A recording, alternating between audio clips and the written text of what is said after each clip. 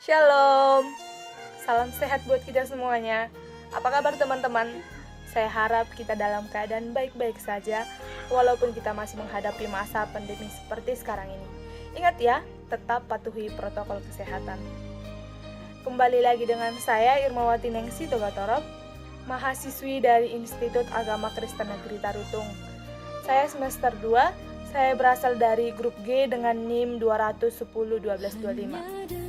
Pada video kali ini, saya akan menjelaskan mengenai implementasi materi pada mata kuliah dasar-dasar pendidikan yang dibimbing oleh Ibu Grace Sihombing. Pada implementasi pendidikan ini, saya akan menjelaskan 5 hal.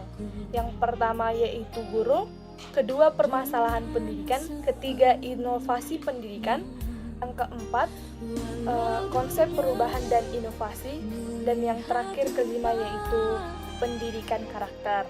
Yang pertama yaitu guru. Siapa sih yang tidak mengenal guru? Guru itu adalah pahlawan tanpa tanda jasa.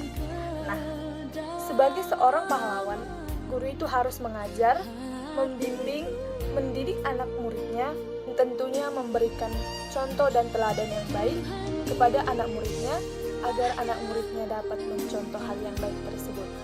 Nah, sebagai calon guru yang baik, tentunya kita harus mempunyai kepribadian dan karakter yang baik di dalam membimbing siswa. Kita juga harus terbuka kepada masyarakat atau orang tua dari siswa tersebut agar kita dapat menjalin hubungan yang baik antar siswa dan juga orang tuanya. Hal yang kedua yaitu permasalahan pendidikan. Seperti yang kita ketahui, semua hal yang ada di dunia ini pasti pernah mempunyai permasalahan. Seperti permasalahan dalam kesehatan, perekonomian, ataupun di bidang politik. Sama halnya dengan permasalahan pendidikan. Pendidikan tentunya sering terjadi permasalahan, baik di bidang penerapan kurikulumnya ataupun hal yang lainnya. Seperti sekarang ini, kita ketahui permasalahan dalam pendidikannya itu karena adanya pembelajaran daring atau online. Karena pembelajaran daring atau online ini, banyak siswa mengalami kewalahan di dalam memenuhi paket atau internet.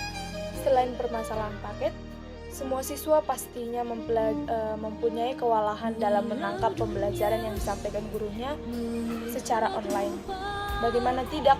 Secara nyata saja, banyak siswa yang kurang memahami apa yang dijelaskan oleh gurunya.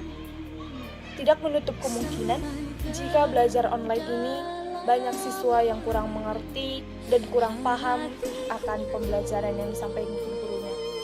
Baik itu karena masalah jaringan ataupun masalah semangat yang dihadapi siswa untuk menghadapi belajar online.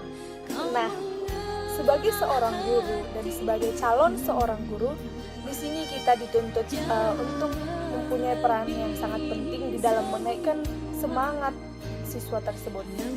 Dengan cara yang pertama, kita harus bisa meningkatkan kualitas, kuantitas di dalam menyampaikan pembelajaran. Hal yang dapat kita lakukan selain itu yaitu meningkatkan inovasi-inovasi dan kreativitas kita di dalam menyampaikan pembelajaran itu. Bagaimana caranya agar si murid tersebut tidak merasa bosan dengan apa yang kita jelaskan. Selain dari kita sendiri, kita juga harus mengajak siswa tersebut ikut berperan dalam proses pembelajaran. Contohnya, kita memberikan mereka kesempatan untuk menyampaikan pertanyaan di mana mereka tidak mengerti apa yang sudah kita jelaskan. Dan hal yang lain yaitu kita dapat membuka ruang diskusi bagi setiap siswa untuk menjelaskan kembali apa yang sudah kita jelaskan. Dengan cara demikian, maka si murid tersebut akan terbuka pikirannya untuk tetap semangat di dalam mendengarkan apa yang sudah kita jelaskan, agar mereka bisa menjelaskan kembali apa yang sudah kita sampaikan kepada mereka. Yang ketiga yaitu inovasi pendidikan. Inovasi pendidikan itu sendiri merupakan adalah suatu ide, gagasan yang dapat kita rasakan sebagai suatu hal yang baru yang dapat kita gunakan untuk mencapai suatu pendidikan yang baik dan dapat memecahkan permasalahan pendidikan yang ada pada masa sekarang ini. Inovasi-inovasi atau upaya yang dapat kita lakukan sebagai seorang guru dan sebagai calon seorang guru untuk membantu seorang siswa, yaitu contohnya dalam permasalahan daring. Siswa banyak tidak mengikuti pembelajaran daring karena masalah paket ataupun kuota. Nah, di sini kita bisa memberikan bantuan kuota dari pemerintah kepada setiap siswa tersebut. Kita pastikan semua siswa mendapatkan bagian yang sama. Yang kedua yaitu permasalahan gagap teknologi. Walaupun kita ketahui pada zaman sekarang ini adalah sudah zaman modern, tapi tidak menutup kemungkinan bahwa masih banyak anak-anak di desa yang masih kurang mampu memahami cara penggunaan teknologi. Nah, di sini kita bisa berperan untuk mengenalkan apa itu alat teknologi dan cara pemakaiannya, agar mereka tidak mengalami kewalahan di dalam cara penggunaan handphone saat mengikuti pembelajaran daring atau online.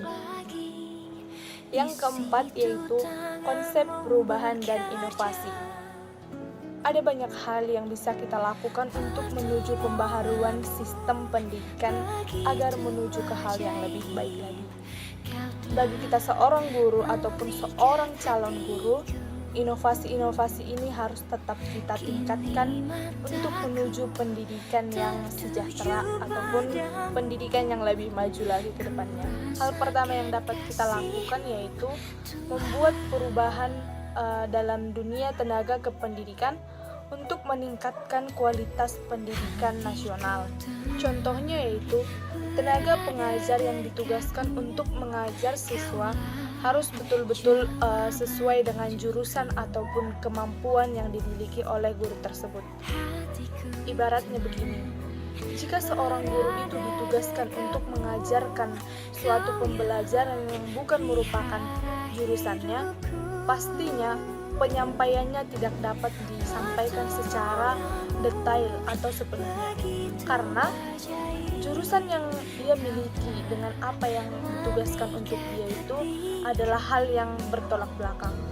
Jadi, untuk meningkatkan konsep perubahan dan inovasi dalam pendidikan agar lebih baik lagi, perlu juga ditingkatkan dalam bidang tenaga kependidikan. Yang kedua, pembaharuan yang dibuat itu harus mengacu pada tujuan pendidikan nasional dan sistem pengajarannya harus memenuhi syarat sehingga persyaratan itu dapat lulus secara kuantitatif, kualitatif, dan relevansi. Yang kelima yaitu pendidikan karakter. Pendidikan karakter adalah sebuah proses transformasi nilai-nilai kehidupan untuk dikembangkan dalam kepribadian setiap individu yang bertujuan untuk membentuk penyempurnaan diri individu secara terus-menerus dan melatih kemampuan diri menuju ke arah yang lebih baik. Sebagai seorang calon guru, yang dapat kita lakukan untuk membangun sebuah karakter anak didiknya, yaitu selalu memberikan contoh hal-hal yang positif kepada setiap siswa, mendidik kepribadiannya ke arah yang lebih baik lagi. Dan tentunya hal yang paling penting yaitu karakter kedisiplinan. Karena kedisiplinan itu bisa menunjukkan siapa diri Anda sebenarnya. Demikian penjelasan dari saya mengenai implementasi materi dasar-dasar pendidikan. Atas kesempatan yang sudah diberikan kepada saya mengucapkan banyak terima kasih. Shalom.